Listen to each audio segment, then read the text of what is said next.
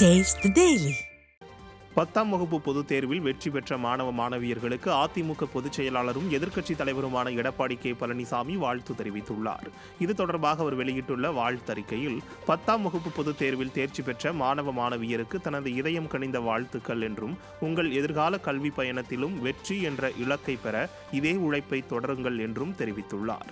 தேர்ச்சியின் எல்லை வரை சென்று வெற்றியை தவறவிட்டவர்கள் யாரும் மனம் தளர வேண்டாம் என்றும், வெற்றி தோல்வி என்பது வாழ்வில் தற்காலிக நிகழ்வே என குறிப்பிட்டுள்ள கழக பொதுச் செயலாளர், உங்களின் முயற்சிகளை மறுபரிசீலனை செய்து வெற்றிக்கான வழிகளை தேடி முன்னேறுங்கள் என்றும் வாழ்த்து தெரிவித்துள்ளார்.